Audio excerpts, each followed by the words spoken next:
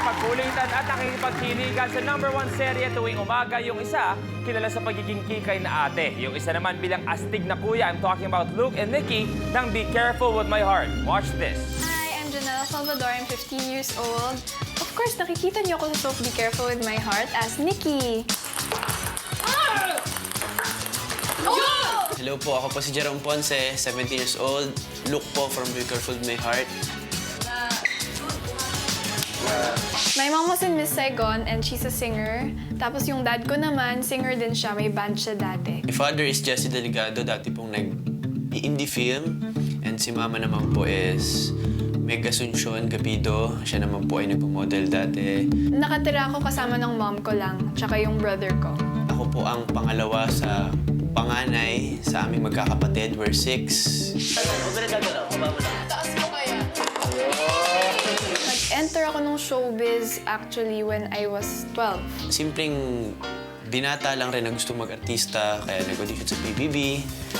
Ayun, hindi nakuha. Bata pa lang ako, of course, sinasama ako ng mom ko sa set niya, sa mga show niya. Kaya alam ko na din kung paano mag-work yung showbiz. Ayun ang luck, dumating, meron akong kakilala, pin-audition ako sa Be Careful at nakuha naman ako. Kailangan ayusin mo. Siya mag-ayos. Ako mag-aayos. Oo. Teamwork lang. Makinig lang sa isa't isa. Kapamilya, let's all welcome Janela Salvador, a.k.a. Nikki, and Jerome Ponce, a.k.a. Luke, ng Be Careful With My Heart.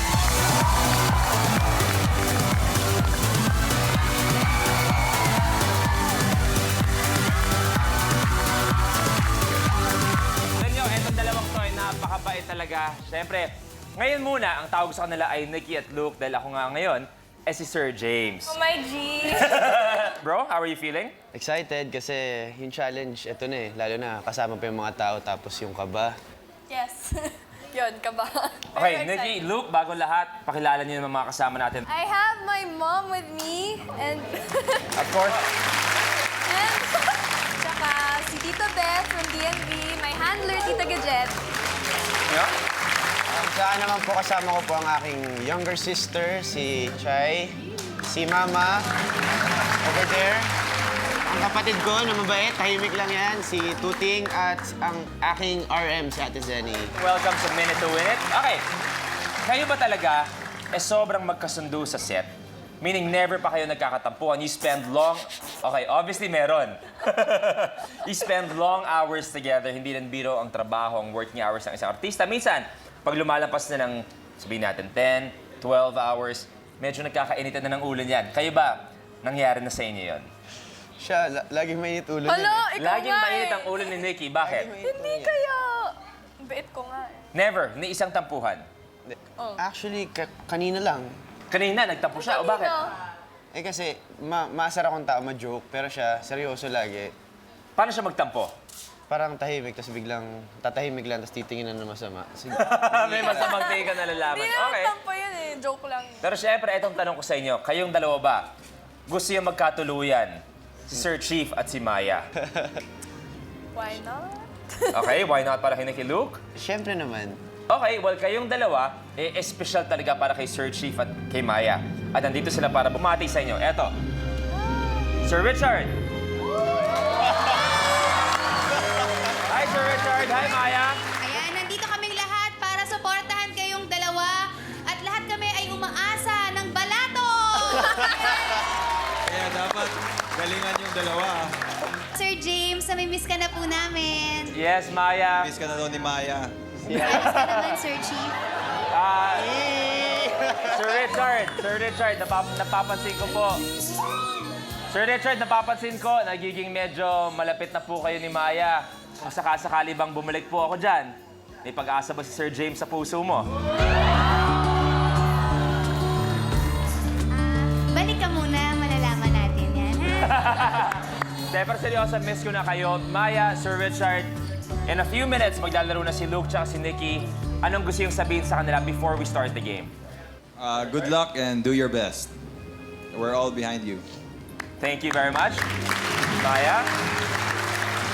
Ayan, kayang-kaya nyo yan. Huwag kayong kinakabahan. Nakita mo naman na nandito kaming lahat para suportahan kayo. Kapit Bisig! Bisig! Sir Richard, Maya, maraming salamat. And once again, mula sa amin lahat, still, continuous congratulations sa success ng Be Careful With My Heart. To the whole family, to the whole team, congratulations. Well done. Thank you. Thank you, Sir Richard. Thank you, Maya. Okay, Luke and Nikki, nandiyan na ang suporta ng inyong pamilya.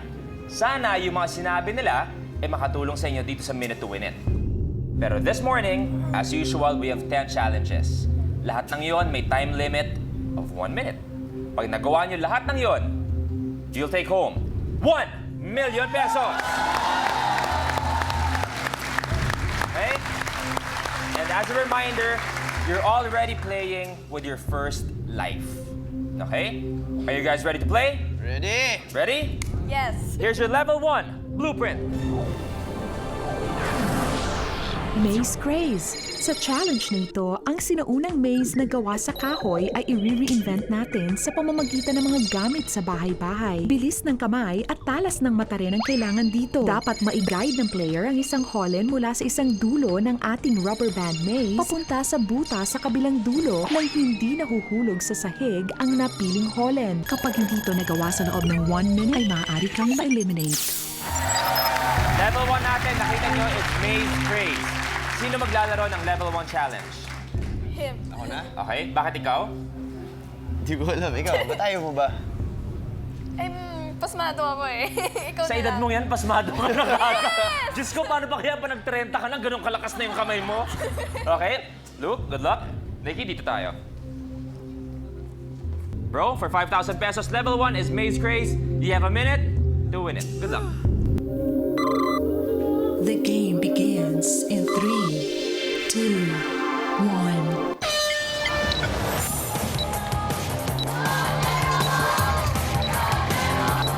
Maze Craze, kailangan mapunta sa kabilang dulo.